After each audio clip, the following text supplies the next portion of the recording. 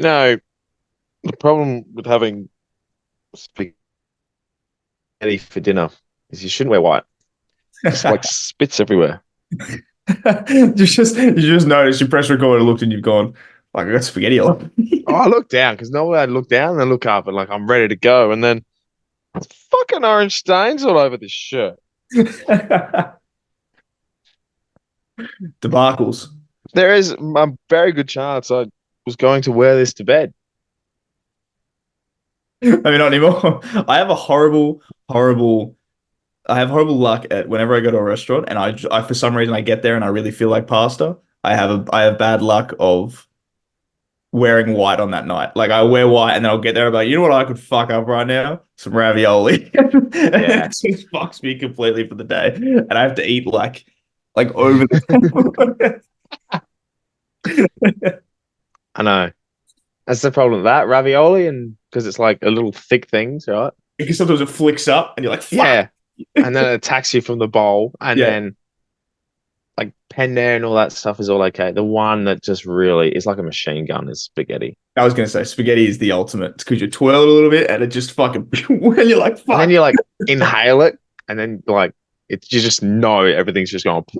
Yeah. Yeah, I fucking well, I love a good bolognese. Sometimes I question my choices when it comes down to it.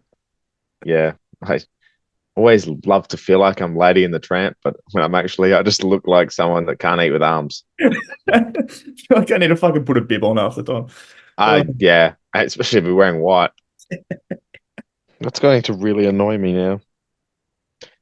Anyway, it's all good. what a way to start the episode, everyone. Yeah, episode 54, and we're tracking like this already. Gonna be a good one. This could be an all-timer. Do you know what else can make a mess though? Yes. Oh, I thought you were going to smash the glass, but Oh, That's a play of the game. That is the play of the game.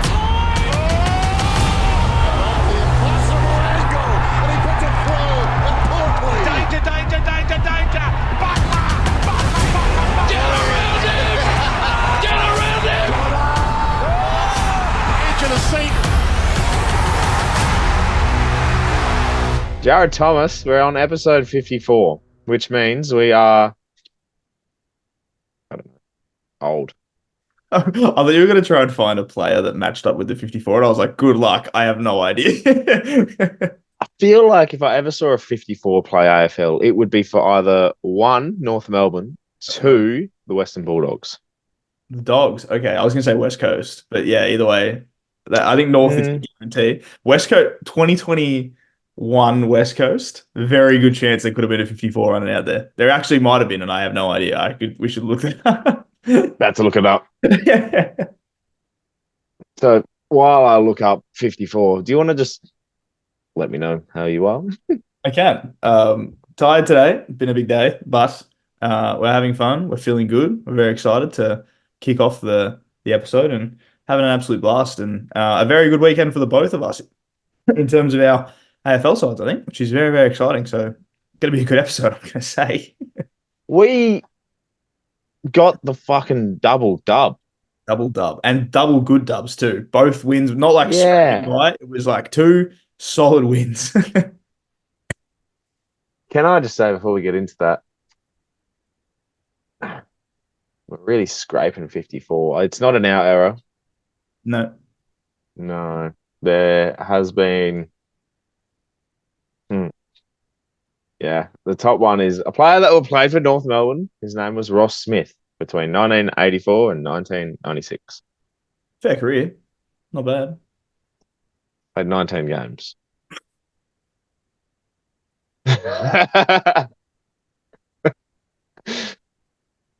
Now, I can't really tell you if he played 19 games over 12 seasons in wearing number 50. No, okay. No, he only wore it for 1 year. It's Okay. all okay. Okay. That He makes actually played 224 games. Okay, all right, that makes me feel better then, because I was like, that's fucking hilarious. If that's the first one that comes up and he played 19 games in 12 years, we would have really been scraping the bottom of the barrel. Yeah, we definitely were. Hang on a second. Sam Grimley. Sam Griffin. 2016 Bombers. Ah, okay. That's also a good one. Yeah, that makes sense. Yeah, this is. Oh, James McDonald when he played for the D's. His first year was 54. Wow. The D's did like a 50. No, wait, Yeah, Ben Brown was rolling around the 50s when he was at North too. So yeah, that makes sense. interesting. Anyway, good way to start the show. Episode 54, naming players at all 54. Absolutely. This is obscure stuff that people come here for, which is very exciting. Yeah. How to eat spaghetti. Number 54 in the AFL. How did we get here? We don't know, but that's fine. You might be asking, how did I get myself in this position? Record scratch, freeze frame. Yeah. Um, we shall kick things off with a bit of local footy, like we always do. Talk about our performances on the weekend, which for you was simply so I've heard from multiple sources. The one source really. You. Yeah. You dominated. Yeah, Please tell. it was a funny game. So I don't know if I said it last week on the podcast, but the two reserves games I'd played this year we won by 120 and 150. I then played my third on the weekend. We won by 167. Not just that, it was 167 to 0. Uh, Yeah. Hard to do. Like, it's pretty hard to do is not score in a reserves game. It was probably they were probably lucky it was windy because we kicked, I think, I don't know if the math checks out on this, but we kicked, I think, like 22-23, or it was like 23 goals, 24. Like it was something like that. If it wasn't windy and it was all just it was a nice day, we would have kicked 40 goals. And that's not even, we would have fucking, God, we would have done a lot. That's really impressive. And I was playing halfback, even though I got listed at half forward. And when I got there, I saw I was on halfback. I was like, fuck. So I knew the ball Now, wasn't going down. my question to you is, did you read the board wrong? And No. like, did you see yourself at half forward, but actually, how, boards should be shown, and that is, the defense at the top Agreed. and Yep. the forwards at the bottom. You read it you're at the top or the bottom? No, like when the teams got read out and then on social media, when the teams got posted, I was listed half forward. There was me. And then I got to the ground and sure enough, I was moved back to the top of the board to half back. And I was like, you motherfucker. So I didn't get a lot of the footy per se. But I got to experience a lot of other people getting the footy. I was saying yesterday that the guy in my team, I think, would have broken a record for the most amount of clearances in a game because I reckon at one point he had about 14 in a row. And I was like, okay, this is fucked up. Like, it was disgusting. But yeah, it was a fair game, a fair day. What about you? Can't really think I can recall our performance as well as that. We also had 90. Yeah, nothing really to report on my end. From my sources, multiple sources, or maybe just the one, I heard that there was a little bit of stat padding happening in the last quarter where you decided, fuck this, kick into mine now. Yeah, look, I every time I got the footy and they were having a set shot for goal, full credit to them. They were a good side. They're top of the side. They're 14-0, haven't lost a game all year. But at one point I was sitting there going, right, it's a quite a windy day. It's ugly day. Hasn't really rained, but it's just not good dry footy at all. So I was like, stuff it. I'm taking the kick-ins. And there was a lot of chip to chip to there's a lot of +6s, Jared.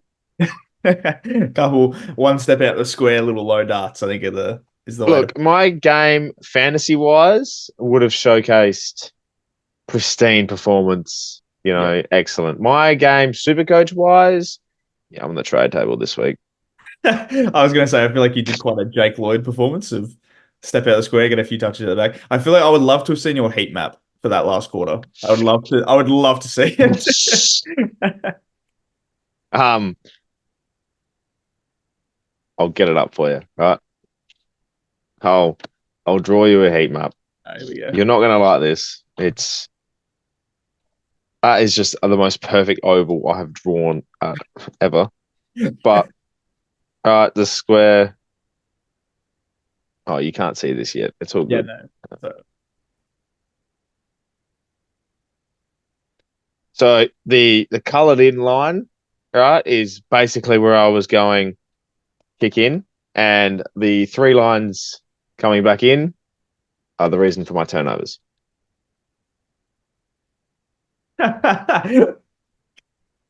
Now, in here is the most darkest spot. So that's the chip, the first chip. Then that's the receiving handball, the flyby, as they say. And then it's just the, you get it. Yeah. Honestly, full credit. Absolutely. Like that's a stats machine right there. You might say you're on the trade table, but I'll tell you what, people take a look at those stats and they go, he's on the up. Let's get him around. Mm. Yeah. Watch the game back. That's all I have to say. The funny thing is, I started forward, and within 10 minutes, I like, Off you go. was the best forward on the day. I hadn't kicked the scoreboard yet, but I was leading up, presenting. Leading It and doesn't tagging. matter. Fine. I'm just glad you won. I lived through you, so it's all good. Well, next week, or not next week, the week after, we play the second team. So we're first and we play second. So we went from my last two games, which was bottom this week. The week before was second bottom. We then played top team, well, the second top team next. So it's like, oh fuck. Not a lot of prep heading into that one, but that's okay. So what you're telling me is I would have a little bit of an insight to say you won't be picked because you only get picked to beat up the small sides. Yeah, I get picked because I'm a downhill skier, I think. So don't put any bets on me playing that week. It's okay. Just warm up the elbow.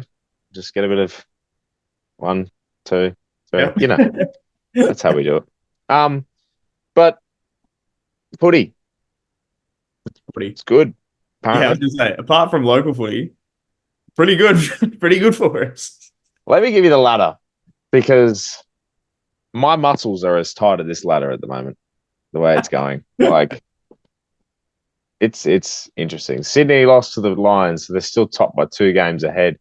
The Blues scraped across the line against North. They're in second. The Lions are third after beating the Swans. The Dockers pumped the D's. The Giants took on the Suns and got the job done there. The Cats lost to the Dogs in one of the more wetter sequels to Cats and Dogs. Yeah, it was a bizarre game. Absolutely, it was. I'll get to that in a second. That's actually a dot point of mine. Yeah, the Cats in sixth. Seventh are the Pair, who got the job done over the Tigers in a nice little performance there. The Dons they're holding on in eighth with a draw. It's happening. It's happening. The ninth place Dogs are sitting there just a game out, half a game out. The D's, well, they've got a lot of demons at the moment. The Hawks, they're a happy team at Hawthorn. They are. And that's another little dot point I got there. And then the Suns, obviously, I think they're out of the race now. The Pies, the Crows, the Saints, the Eagles, North, and Richmond round out the 18. What do you make of it? What are you thinking right now? Because we said it 2 weeks ago, we're going to pick our top 8. And I'm sitting here going, I still have no bloody idea. I'm the most confident I am at the moment on my picks is the Pies missing the 8. Yeah, okay. So yeah. The one that I'm looking at, I can't believe that I had this, but I didn't even have the Lions making it. And now I'm like, they're like the best team in the league right now, which is hilarious. So fuck for one. Secondly, I had the D's going out, so that's probably my only one that I'm sticking fat with. The Dons is very interesting because I just I think it's happening. I think I did this at a point last year. I can't remember what game it was or anything like that. But I had a point last year was like I've never been more confident about a win in my life, and it paid off. And we're playing the Dons this week. And let me tell you, I have never been more confident of us in my life than right this very second. They are in some shambles. And and we're playing okay footy. So it screams the Dons are gonna get done. This is the thing. So this is Essendon's run home. Final 5 games. This is the most anticipated end to a season. 5 weeks is a long time in footy, but 5 weeks is not that much to make your season correct. Or to correct your season, I should say. So the Dons run home. Saints at Marvel. The Dockers at the G. The Suns at Marvel. The Swans at Marvel. the Lions at the Gabba. They don't travel for 4 weeks. They are a very big chance to miss out altogether. Say that run of Swans Lions towards the back end is really rough. The Suns at Marvel, you could probably pencil that one in, to be Yeah. honest. Any of the other ones though, you're like, oh fuck, that's The dangerous. Dockers at the G is the one for me that we'll really see where they're at. If they lose, Where, yeah, they're cooked. because the Dockers are actually not that bad at the G. No. Marvel, they're terrible. They can't play under a roof. They don't like it. But the Dons, if they lose that, they're pull the pin. I think if they lose this week, you could always pull the pin. They lose to us, it's like, oh fuck. Like, good luck. Good luck making any sort of. I said this like 2 weeks ago when we were doing the ladder predictor. I said the Saints are one of those danger teams now where you don't want to play us because it's Yeah. like if you're looking for a finals charge, you don't want to play us because it's like, oh shit, if we lose, we're fucked. And it's just sneaking up on them a little bit. And I reckon they'll be just quietly very scared this week coming in, which is exciting. It's yeah, and this is the fascinating thing about the run home is because you look at that five and you're like, I pencil in two, Yep. going based on purely based on ladder prediction. Yep. And the Crows weren't an easy beat. They never have been this year, really. No. But the fact of the matter is they've got an informed St Kilda, and then the Dockers, and then a Suns outfit who can't travel. But then there's the Swans and Lions to finish it off. They don't travel. This is my thing. They don't travel. Well, besides the Gabba at the end. It's fascinating for them. It's gonna be really interesting. I'm very excited to see where the Bombers go. If they can pull themselves together enough to win 4 of those, like if they can knock off one of the Lions or the Swans, they are more than good enough to win a final. But if they like win 3, like if they beat us, the Suns and Freo, but like get kind of blown out, Swans and Lions, I think you can pencil in that they're going to get into the finals and just lose because I just think they're not going to be able to have that matter. Dons are so interesting. They're one of the most interesting teams going around right now. I think them and the Pies are 2 teams where it's like, who the fuck knows what's going to happen right now? I'd throw Port Adelaide in the conversation of that. But I think because Port's form's been okay. Like Port have at least played good footy over the last month, kind of thing. Whereas the other two are just like, fuck, But you know.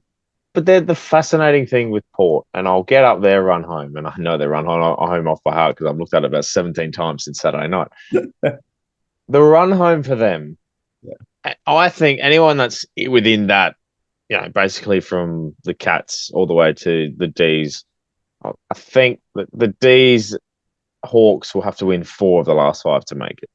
I think the teams like Port, the Cats, the Dons, they have to win 3 of their last 5 to at least cement a spot. If they want to do damage in September, I think Port Adelaide in particular have to win 4, but 3 gets them in. So their run home is the Blues at Marvel, the Swans at the Adelaide Oval, the D's at the G, a showdown, and then the Dockers at Optus.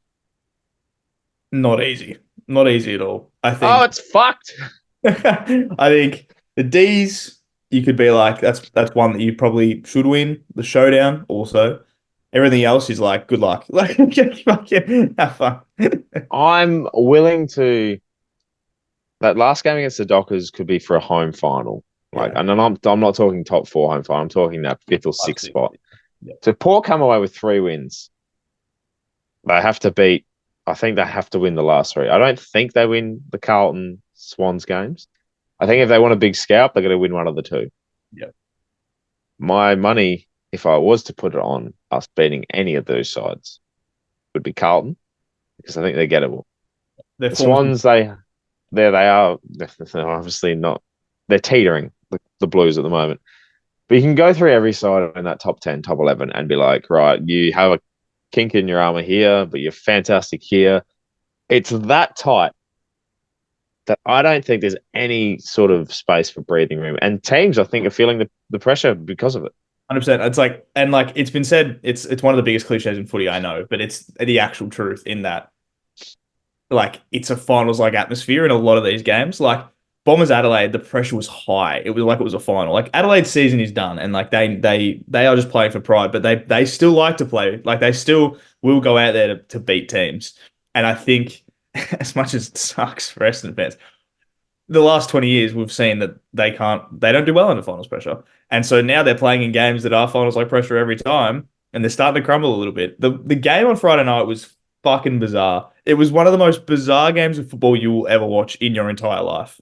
If you haven't seen it, just look at the worm. Don't have to watch the highlights. Just look at the score worm. It's fucking hilarious. It's my favorite thing ever.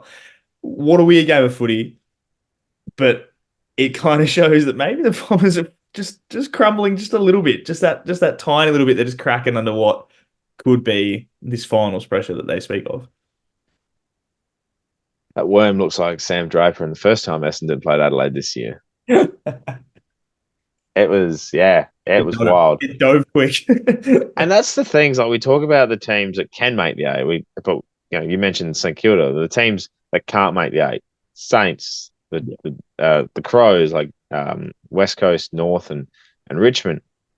The bottom five have such a big part to play in this because I don't think they're all that bad. Like you look at scores alone and you're like, oh, okay, St Kilda pumped West Coast, so West Coast are pretty shit. Well, they are, but North come up against Carlton and they put in a great performance, unlike last week against the Swans. It is so, and I talk about the pressure for top eight sides. The pressure comes from the fact that these bottom 5, 6 sides are good. Like they're good enough to beat the top sides. So when you're feeling the pressure of finals and you come up against one of these lower ranked sides, you might very well get found out, and that's what makes it thrilling. And that's what I've been saying about like you don't want to face the Saints because it's one of those danger teams. Like usually, like in years, you can pretty much pencil the bottom 4 in. They're like buys. You're like, we're going to win this. That's fine. But now West Coast and Richmond are probably the only two where you go into it being like, we're going to win this pretty comfortably, kind of thing. They're probably the only two. North have shown in the last month that they are no easy beats at all. They take it up to every single team they play. They were playing good for 3 quarters today, like 3.5 even.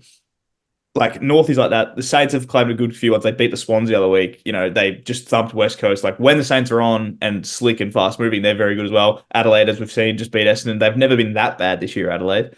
It's a lot of those teams. This is why Hawthorn got so good in the middle of the year because people just wrote them off. And then it was like, nah, we're actually good. And they did it so early that they're now in the finals contention. But I think if they get to the point where they become mathematically knocked out, Hawthorn will start to do that damage because it's like, watch out. There's a lot of teams that are, playing good footy that are probably not going to play finals, but they're going to have a big role in who does, basically.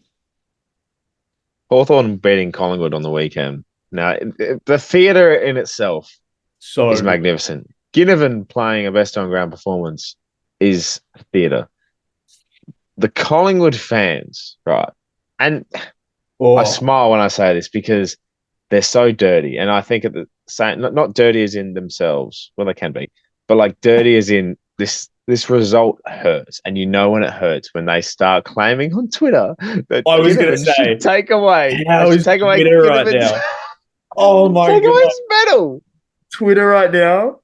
If you want if you want some pure entertainment, anybody watching this, if you are just like sitting at work bored or whatever the case is, and you want just some quick hit of entertainment, go to Twitter, search up Ginnivan. You will be there for hours. It is hilarious. It's so funny. I love how like other players have done some heinous things. Like players have left clubs where they've won all these flags and gone to other clubs to win flags. They're like Isaac Smith was a Hawthorn legend and then left to go to Geelong and won a flag there. And he still doesn't get the amount of hate that fucking Jack Ginnivan gets because he fucking dominates on a wet day at the G and fucking in round fucking 18.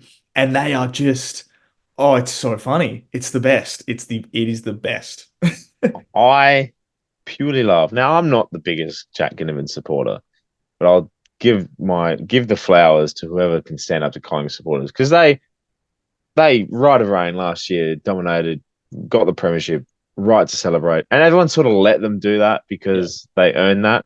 But coming into this year, they're feeling it because they start posting pictures of last year. Now, in everyone's mind, and this is what hurts, in everyone's mind now, no one gives a flying fuck about last year now. They care about this year. So when the Hawks come out and they pump the Pies and Jack Ginnivan walks down to the cheer squad and starts doing the GTS, go to sleep.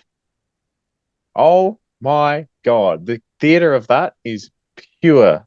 I love it. I love a player that will stand up because they So know that they've just beaten their they're beating their old team, and it's great. Like everyone gets hate for it. Fuck it. could very well kill their season too. Like Yeah. the whole drama around it is the best thing ever. Which actually brings me to a point that I'm surprising you with now. So you're gonna cop this just on the shit and you're just Uh-huh. gonna okay. What do Thanks. you think? What do you think is the psychology and like the I don't even know like how to word the question properly. What do you think is like the psychology behind a flag hangover? I think it's the it's the thought of all right, we've done this, but can we back it up again? It's last year they had the will to go for it. They hadn't had it, but now they've got a taste for it. Well, they've had that taste, so they don't necessarily feel like they need to go out and prove that point. So when it comes to the push and shove, and other teams don't have that that knowledge of what it's like to win a premiership, they're going to run over them. Now, good teams, we've seen the Hawks, we've seen the Cats, we've seen Richmond do their dynasties because they know it's like, all right, we've got one, but let's go again. We have that same feeling. The mental psychology between that and what the Collingwood players have at the moment, I think that's what you pick between good sides in one year and great sides for an era.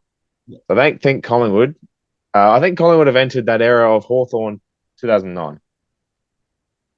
I like that. I like that. That's a smart like way of putting it because like my theory behind it is I've seen a bunch of stuff in the last like day after since Collingwood left about how like this flag hangover is like how can teams kind of do this. I have two main specific things about like how I think they work overall. One of them is Collingwood specific. The other one is just like as a whole. Because as we see, flag hangovers and like grand final hangovers even happen all the time. Like teams will fall off straight away because I think it takes so much effort to get to them, and it's just like it's just done. Like Dogs had it. You know, we've seen all these teams do it. Kind Port.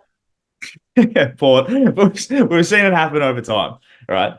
My specific Collingwood one, and I said this the other week as well. I would love to see Craig McRae just get angry one day because I think he is just a little bit too, just like it's okay. We can get through it. We've done it before, but I think he needs to like lock in and be like, nah. I'm fucking putting my foot down. We need to go, and I need him to get a little bit angry. So that's the Collingwood specific one anyway that I think is an issue.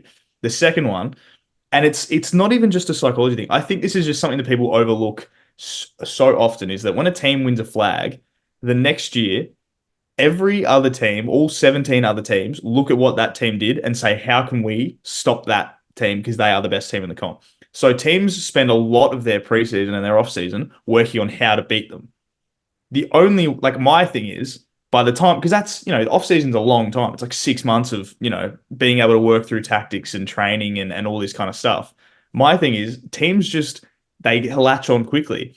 Good teams, great teams even can adapt to that by being like, all right, they are going to try and stop our game style from last year. We need to change it again and keep them on their toes and find a new way of going about it. I think it's not even just like half of it's psychology, sure, but I think people are overlooking the fact that it's just like they are the top team and they are what people are trying to get to. And if you keep your game plan the same way, it's not going to work every time. But teams are going to find you out. Teams are going to find out how to stop you. Like Hawthorn have been Collingwood's bogey team last year and this year because I think they just know how to play them. Like Hawthorn just know how to play Collingwood and they know how to stop them. They know how to do everything like that. They know how to stop their big players, all those kinds of things. It's kind of a mix of just you've got to adapt. Like you have to keep adapting to things because then you get to points now where people know how to play Collingwood these days. Like people can do it and people can do it well. And Hawthorn are proving it every fucking time they play them.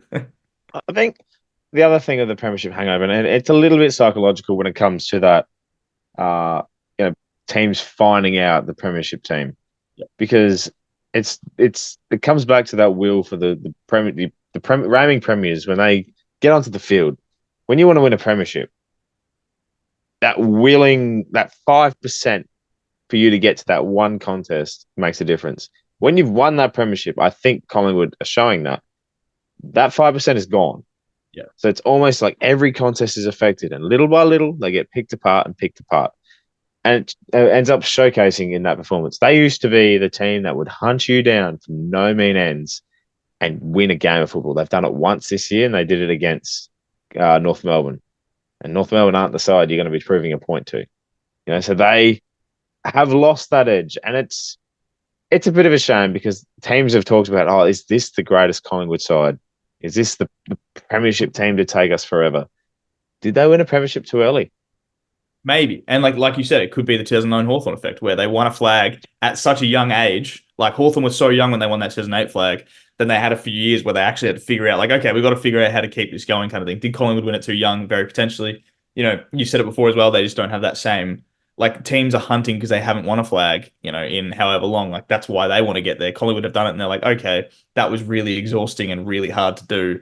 I think I need to just give myself a break. And they're kind of pulling themselves back. But yeah, I mean, also, like, in credit to them, they've had a lot of injuries this year. Their forward line is decimated, admittedly, but it's also like, you've still got a great midfield. Like, you've still got a key pillar, like your captain down back who is not playing good footy. Like, it's interesting. Flag hangovers are one of the funniest things going around, and they're so bizarre to look at because you watch it in real time. Like, you're like, this is like, how is this happening? Like, how do you just go from the Collingwood that we've seen in the last 2 years to this Collingwood? It's different.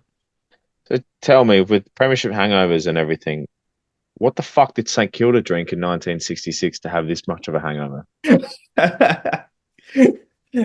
Ever heard of moonshine? I hear it leaves a fucking nasty hangover. Like 60 plus years.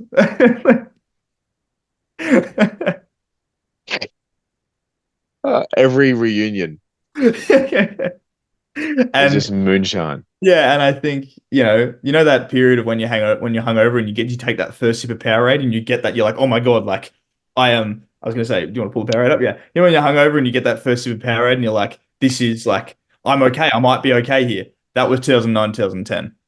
We were almost okay. Like almost.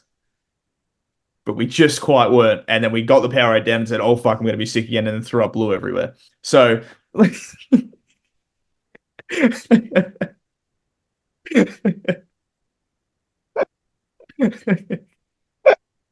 I'm not speaking from personal experience. What do you mean? Fuck. I love that. It's blue. Oh my God. Barry Brain. It's throwing up blue. Oh, in the footage, it'd be black and white. So you just see black and white vomit just come out of his mouth. Speaking of retro and throwing it back, Geelong threw it back on the weekend at GMHBA, and I think the fucking stadium got involved because that looked like my ground on the weekend. I could not believe what I was witnessing. Oh, Which tells me one thing, that all the money that stadium has put into the ground and everything, they forgot about the part where they actually play on it, but they forgot the drainage. the drainage is non-existent. I find it very funny that Geelong play the country game every year. This would have been the perfect excuse for the country game. Yeah. God, that ground was in some shit, Nick. I didn't get to watch like a lot of it because like I had footy club function, everything like that. But every time I looked at it, it was a wide shot and it was just brown, and I was like, "Fuck, that looks like shit." Like those poor retro jumpers that they pulled out specifically for this game, and they just got ruined within the first 5 minutes, and it was like, "Fuck." It's quite funny because the brown on the Guernseys represent the performance they put out as well. So it was really not fun viewing, but I really enjoyed the throwback of the mud everywhere and everything. Imagine the post match like auctions for player issued Guernseys, like the match worn. They've got to auction them off. You couldn't even see the numbers on the back. They'd just be pulling like jumpers out of the bag, like I don't know, somebody like. And just it's all stuck together in the bag, like yuck. Yuck. Yeah, you know what? Like the jumper, like well played Geelong, but yeah, it was tough. Tough viewing. I liked it, but it was tough viewing. Yes, absolutely. Did you learn anything else from the weekend? Not really. I haven't even had a chance to properly go through the Saints game yet. I've seen like parts of it kind of thing. When I was running water on Saturday, and I was like just checking in at the bench like every now and then, like what the scores were. I saw Tim Membry kick 5, and I was like, what the fuck is going on at Marvel?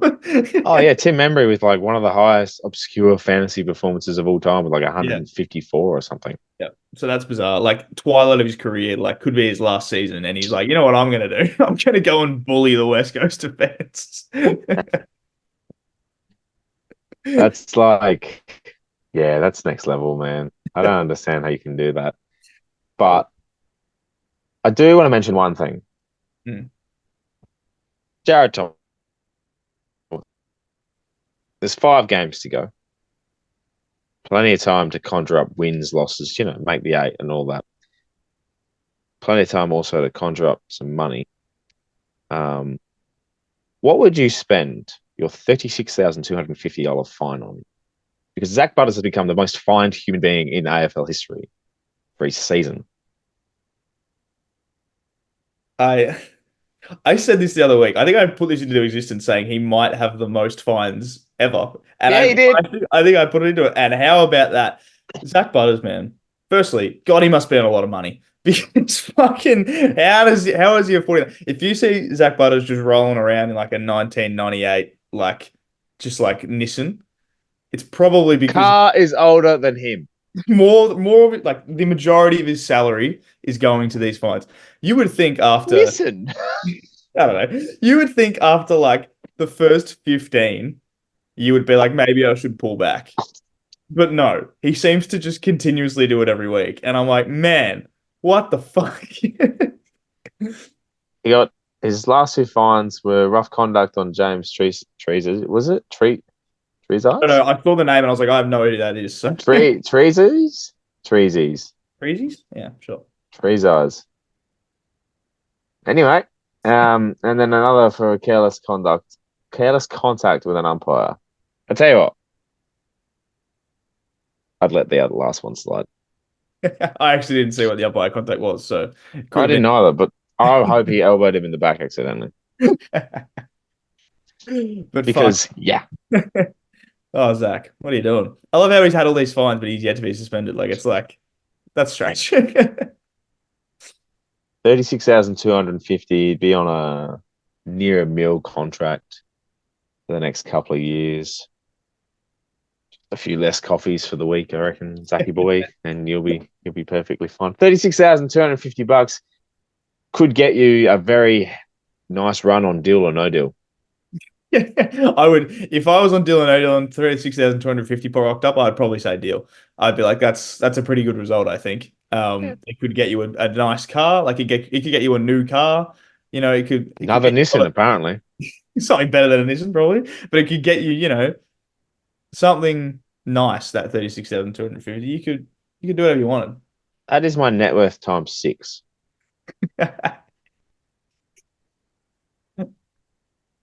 Zachy boy. Thank you, boy. I Anyway, find it bizarre that he keeps doing it. I reckon he made it. If he doesn't get fined for the rest of the year, I reckon he's just purely gone out for the fact I want the record or something. Yeah, he's got it now. He's like, I'm happy now. I'm good. I'll cop the rest. History in the making, eh? The wrong fucking reasons, Zach. Anywho, should we do what we have now brought in and considered a very fun segment? It's Pack v Pack. Yeah. What you gonna do? What you gonna do when the pack comes for you? Bad pack, bad pack. Should have done the Dora thing. Bad pack. Bad pack, bad pack. Yeah. Yeah, some might say I'm losing the plot, but that's all right. I'm just going to open this Late on and Sunday. we'll That's what see it is. how we go, eh? We're on.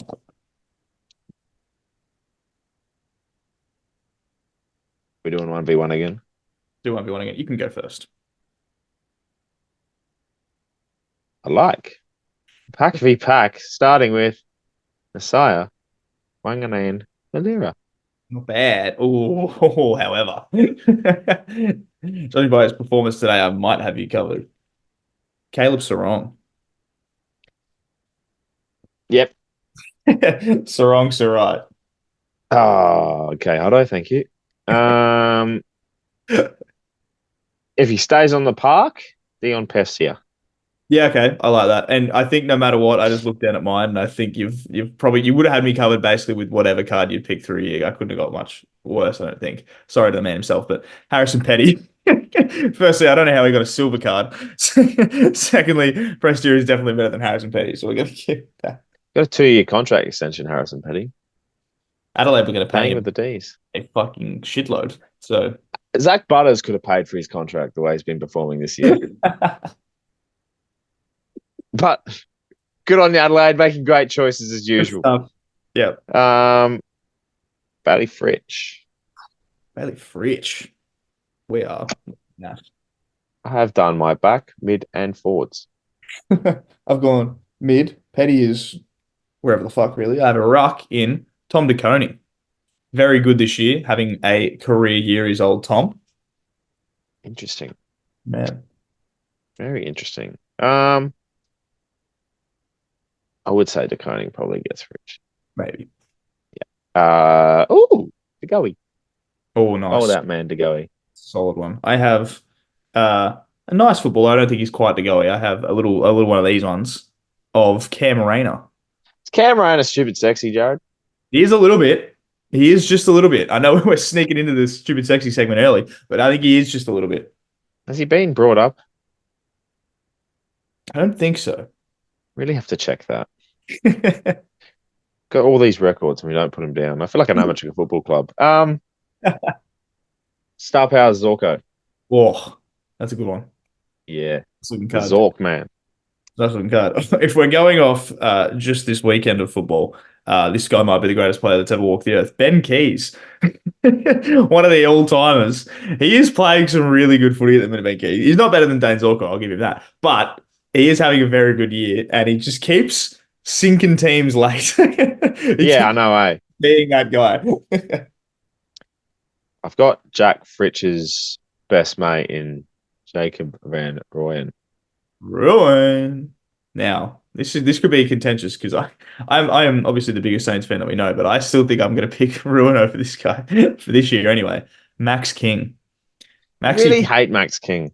I don't hate him. He's just not had a good year. I think you do. No, I don't. I actually don't. I think you do. He just wasn't having a good year, and Did you cheer for his injury? No, fuck no, I didn't cheer for his injury. Some Saints fans did. Anyway, someone that has, I think, Max King in his pocket is Sam Taylor. Yeah, that's a good one. Yeah, that was pretty good. Taylor. Fucking talk about It doesn't really have, it doesn't. It says, look, all right. Let me read out. I was gonna say, give the stats. Yeah. Yeah. I just want to read this for you because I've got. I wish it was his 24 average, but 2023. He averaged 6.5 kicks, 6.5 handballs, 13.5 disposals, 5 marks, 2 tackles, 56 fantasy points, and 2 balls.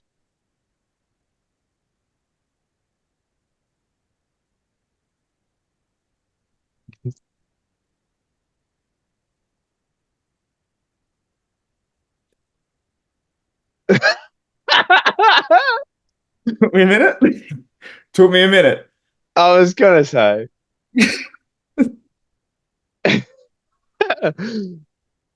I thought there was like balls on the card, and so I was confused.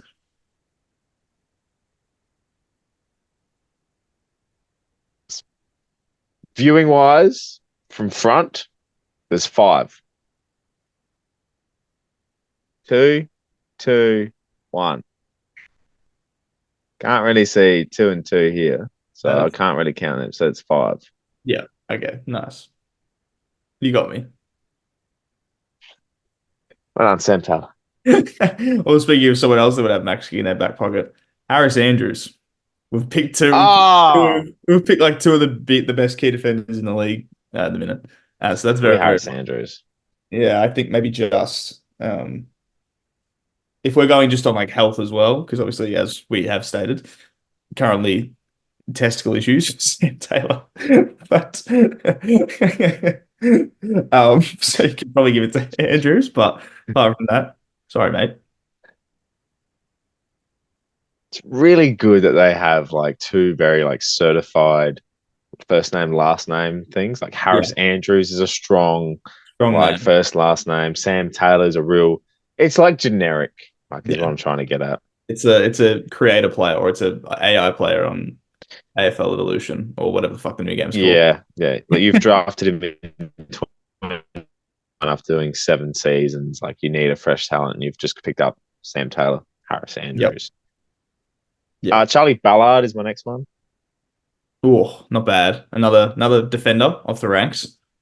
He's also taking on Charlie Dixon here, which doesn't surprise me. I tell you what, we're really liking our defenders here because I've also got a defender in Jake Lever. I mean, I'll leave it that for you to decide. My last one is Tom Mitchell. Oh, I tell you what, our packs are fucking the same. Like in terms of the type of player, you've just picked a washed up midfielder. Talk about washed up midfielders. Brad Crouch. Now, yeah, we've really done a number on this one, haven't we? Our last what? So yeah, our last four at least. It was King versus Van Rooyen. It was Andrews versus Taylor. It was Lever versus Ballard, and it was Mitchell versus Crouch. I really feel like we've just drawn this. Fucking bizarre. Somehow we've drawn in a nine card pack. We've drawn it, but yeah, that's very funny. I think we put up a poll. I can't remember what the poll said, but I think going by that, I think I won last week. Yeah, well, I know there was the one that I did say was yours, which was upsetting to me. That's that's fine because I can't seem to win a poll. There was also another poll that we went up, which was Jesse Hogan versus Ben King, and I really thought Mr. Ben King was going to get a lot more love than he did, and he certainly did not. He got absolutely washed in both the Twitter and the Instagram story poll, and I was like, okay, that's I fine. tell you why, because the people that know me, all right, and the people that are voting for my name with Jesse Hogan is the fact that he can play away, right? Right. Because your little boy, right? Oh, My little little Benny boy, King. my 206 centimeter little boy. You and Kings, man. I think it's one of those things. Every time you bring them up, you always shine and smile when you're talking about Ben You just King. told me that I Max fucking hate King, Max. Max King, you really it's like the bastard stepchild. Like you've really just put him in a corner, right? You can't kick a footy. I don't like you. But Ben King, golden child. He's gonna go to college. Max King ends up like being the superhero of the family and it becomes a whole plot. And it's Yeah, just I was gonna like say you've written a really good movie out of this. the Kings. Directed by Triple H, who's the King of Kings. Bang! We were talking about. I was gonna say this isn't on the recording, but just before this, I was saying you should be a singer-songwriter. You can add movie producer to it, and then director, and you may as well star in it as one of the titular kings if you'd like to. I think I gotta be Ben. Oh, now who's hating on fucking Matt? No, because I'll give the person the opportunity who's going to be Max to star and shine because they end up being the superhero. I'm already the good-looking, charming full forward. Like it's just like I don't need any more. I It's knew just that someone was else to have I the knew it was coming. opportunity. Do you see my point? Yes, I see your point. Anyway, pack big pack, vote it. Team coach love it. Everyone loves it. So Yeah, get around it. We also want you to get around the glass table because we put up a question and it was what was the question? The question this week was, what is the greatest upset your team has ever pulled? Obviously, it doesn't have to be specific, but like, just like very memorable upsets, memorable wins that you've had where it's like, fuck, I don't know how we did that, but good luck to us. Can't think of many. Can't have many. I had two that come to mind, like just off the bat. But like I can't like think of like any sort of like very like noticeable like be like when you think upsets, you think Miracle on Grass is probably the biggest one ever, I would say, in terms of not just like in the game itself, but like at the time Brisbane were, I'm pretty sure, were 18th, Geelong were like top. Like that's also what it is in terms of like the upset was before the game and also during the game. So like that's a really big one. The two that I had off the top of my head, obviously this year that I'm just thinking of was obviously Saint Swans. That was a big one. Yeah. The other one I'm thinking of is a thing I mentioned a few episodes ago, where I don't remember what year it was, but Jay Gresham, I think it was his rookie year. We played the Cats. They were very good. We were very near the bottom. It was at Marvel on it was like a Friday night or whatever, a Saturday night, and we won. And it was fucking just like the roof was getting blown off that place. It was very, very funny. But those are the two that like come to mind just off the top of my head anyway. Yeah, I think the one that comes to my mind would be round 2020 or 21 in 2015. We played the Hawks at Marvel on a Friday night and What a we won. fucking Hawks at Marvel. Goodness. Yeah, obscure. All right. It was Hawks at Marvel on a Friday night and we won. We had no chance of winning. We had players like Brendan Archie, Jake Need, right? These, I'm talking, John Butcher. These are the games I'm talking about that are real upsets. Yeah. So that's the one that comes to my mind. There was a couple of others, I think Saints Port round one, 2012. Matty Primus's first game coaching. Goodness. No, not coaching, but like first game of the year. We had a terrible year in 2011 and we won at Amy by 5 points. And the Saints had they just come off. What did you do in 2011? You were pretty good. 2011 we made finals. So yeah, we were starting our come down. We still made finals in 2011. We lost to Sydney. We were never going to beat Sydney in that round of finals. But it was like, we still had everyone everyone was still there in terms of like all the stars of our premiership team. So like obviously a bit older. Ross was still there. Like, all that Premiership team. grand final team. Sorry. Premiership team, huh? I'm still thinking about that moonshine. We still had all those players. So 2012 was the first year from memory where we were like, oh fuck, we're actually fucked here, I think. And then obviously Ross left not long after. And then everyone started leaving not long after. And I think round one against Port probably was like, oh, we're in some trouble. we might be done. Yeah, that was fun. Bloody Saints and Port. Wayne Miller was playing that day. Wayne Miller would have been playing that day. What a fucking name that is. Plays, I think, at one stage I played on him in amateur footy a couple of years ago. I think I was going to say, talking of players that played that day, probably Aaron Sipos probably played that day or would have been close to playing that day, and he's around where I play. So a few local references out here. Our mate Aaron Sipos. Our mate Aaron Sipos. Yeah, I love that. Yeah, no, and then obviously the ones I used for the actual game because I sent it up when S and Adelaide were there. So the top one is Joe Danaher celebrating when the Bombers beat the D's that year when they had all the top up players. I remember start of the year, all the discourse was the Bombers aren't going to win a game. They're going to go 0-22. Like they're not going to win. They have nobody. And then in round two, they won. Like it was like bang straight away. They were like, we got one on the board, and they had so many young players. Like Parrish had just got there. Danaher was obviously young. They had all these players just starting for the first time. Like Tip and Woody was obviously a top up player originally, and then built off these kinds of games. Merritt was really young. Like it was one of those games where it was like fucking what? Like Yeah, you do that. And then the other one is the famous Crows versus North. It's one of the most famous Sunday 320 games of all time, and it's go kicking the winner with no time left basically. After storming home and beating the Roos. That was like one of the bigger upsets as well. So yeah, some big ones for those two teams on the weekend anyway. The ones that stand out for me in my mind at the moment, I reckon just the whole final series of 2016 for the Western Bulldogs. Yep. That's fair. Just the one in particular, the Hawks at the MCG for the semi-final. Yeah. Yeah.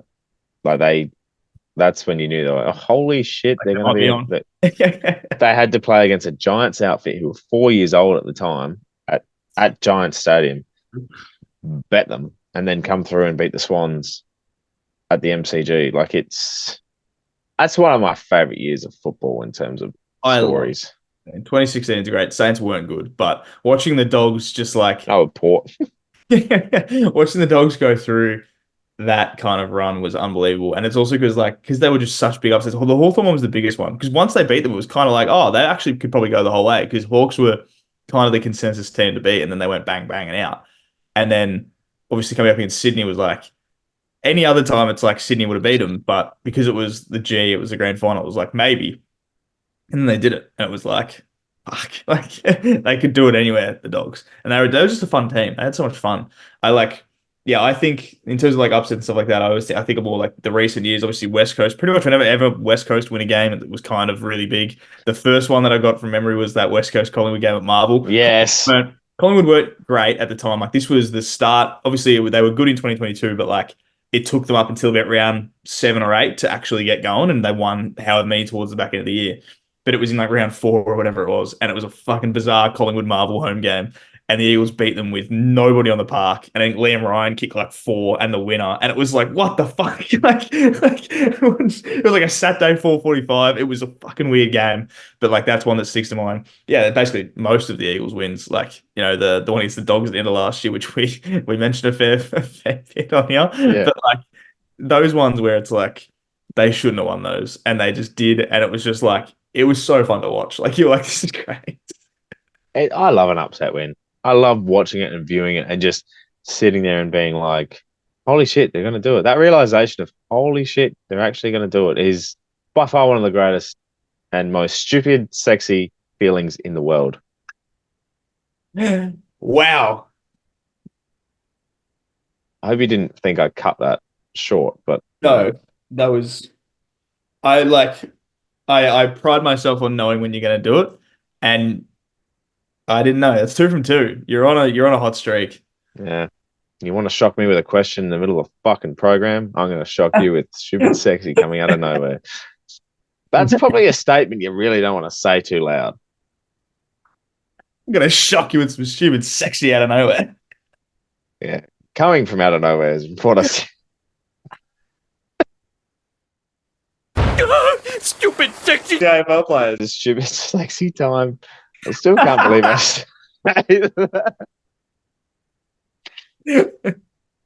Someone said the other week, in the comments, it was like, it's good to see the boys are still sticking with the men. Yeah, we're pretty good at that. Yeah. Like you said, with the men, not to the men. Like that's just there's like wording difference between. I really appreciate that commenter for wording it in the way they did.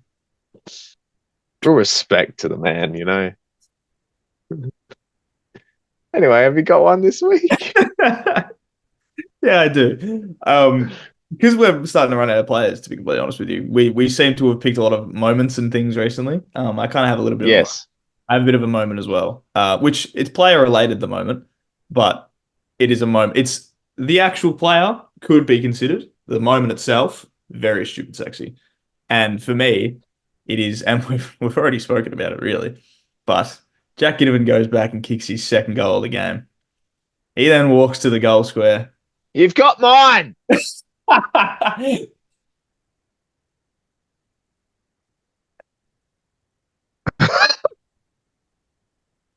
Walks to the goal square, looks at the Pies fans in the front row, and just does this one. And let me tell you, right, not even just that.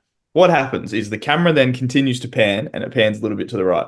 Fantastic camera work by Fox Footy, by the way, because what happens is it goes close to the crowd, goes past Ginnivan, goes close to the crowd, starts pulling away, and you see just fucking abuse over the fence, and the camera just catches all of it. You can catch almost every single word these people are saying, and it is just fucking phenomenal, and it was sexy as fuck. There's footage of that moment, and you just look at Ginnivan from the crowd's point of view doing that, and you just see the cameraman just running straight past him to get the view. It's so funny. It is like, Hey, we gotta do it. We gotta do it. yeah, like get it. Like it's just, oh, that was mine. I wrote that down. Now I have to think of one. We could have the same one. I was gonna say we could just do the same one because it was arguably the stupid sexy moment for a long time. I think we'll use that as the platform for what this stupid sexy is this week. But I will throw in a couple of honourable mentions. Oh, yep. That I did write down as dot points and forgot to say. One is Charlie Comben being thrown forward and kicking 3 snags. Yep. Feel good story. Broke his leg into 1,600 different places the other year and then comes back playing good. Looks good. I like kind that of stupid sexy. No, I do. The other one is a bloke named Logan Evans who just walks in from the mid-season draft. Walters in, 18-year-old kid. Nothing special. Shouldn't even be playing AFL footy. He's a mid-season pickup. No one gives a shit about him. Comes out, has 22 touches in the wet, dominates, silky player, 18 years of age. He's quite young. So qualifying for this segment doesn't really apply, but I'm going to put his performance in there. I think he knows how to drive. So Bailey Humphrey still has lessons. Do we know if he has his license and does he need lessons? If so, I like that one. The good thing is, same state. Don't have to go very far. No.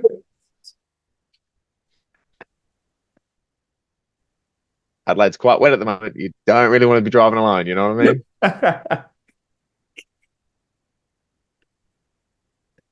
Fuck's sake. What a name Logan Evans is, huh? It's a strong name, Logan Evans. Yeah. Logan Evans. You could really imagine BT. Logan. You could really imagine BT saying his name at that point, just saying like Logan, like the Lloyd. Yes, Logan Evans. Like the Ev is just strong. Very strong. Yeah. I like it. No, I'm a big fan of that name. It's just it's a normal name. There's a lot of people going around with some really weird names in the AFL right now. That's a normal name. I like that. I agree. And also, pretty good topic actually for a question next week. I reckon. Weird names. But like I get to the point where I look at normal names like a Logan Evans and like it's kind of boring. Yeah. Logan Evans, Sam Taylor. Like you look at these guys and you're like, okay. Like Zach Smith. Like what the fuck? Tom Atkins. Like you look at these guys and it's like Tom Atkins from the accounting firm. Like that's like it's like Tom Atkins lawyers. Like it's like okay, like cool, man. But like I think it's because we've been given these new players. We've got Xavier and Zane Dersma. We've got fucking Colton Tholstrup. We've got Colby McKercher. We've got fucking. It just got bizarre names going through, and it's like, what happened to what happened to a Jack Smith? What happened to a Matt? He plays at Sposs. Yeah, there you go. But what happened to a Matt? Fucking Taberner. Yeah, that'd be different. What happened to a Matt Thompson? Like just give me something normal. I really like the idea of playing a game where you say a name and match a profession. Tom Atkins, lawyer. Christian Petrarca, chef. That's like you can just picture it. Shane Mumford, wrestler. Like that's I see Charlie Dixon, bikie. Like I just see that. Formula One driver. Who? Bailey Humphrey, Formula One driver. He's British. Exactly. That's what I'm saying. Ivan Soldo, Rocky Star. Like that's I just see it. That's a good one. Yeah, absolutely. Big Ivan. That might be my favorite topic ever. That's the question this week. There's a pre-warning everyone for what the question is this week. It's what is the weirdest name you've ever seen in the AFL? And then we're gonna play a game next week of match the player's profession. I like it. I'm a fan. I'm a big fan. I'm gonna write it down. I'm writing these down now. Write them down on the run sheet for next week. Just like episode 55 game. It's spot on. I've written down in my notes so that I can like come up with a list this week of the weirdest names so that I can like just go through them and just rattle them off. That'll be our list, so 5 each. Yeah, I'm happy with that. I'm good with that. And then I'll read them out to you. We're actually pre-planning the show next week. Yeah, we're doing this right now. I'm recording. It's fine. So like I'll read out my 5 players and then you give them a profession and then you read out your 5 and I'll give them a profession. Yep. Love it. We don't have to do anything next week now. We're sorted. We normally do this afterwards. Yeah, usually this is like we can do this and like we talk about what clips we're gonna do and stuff like that. But now we're good. We're right. How should we finish this off?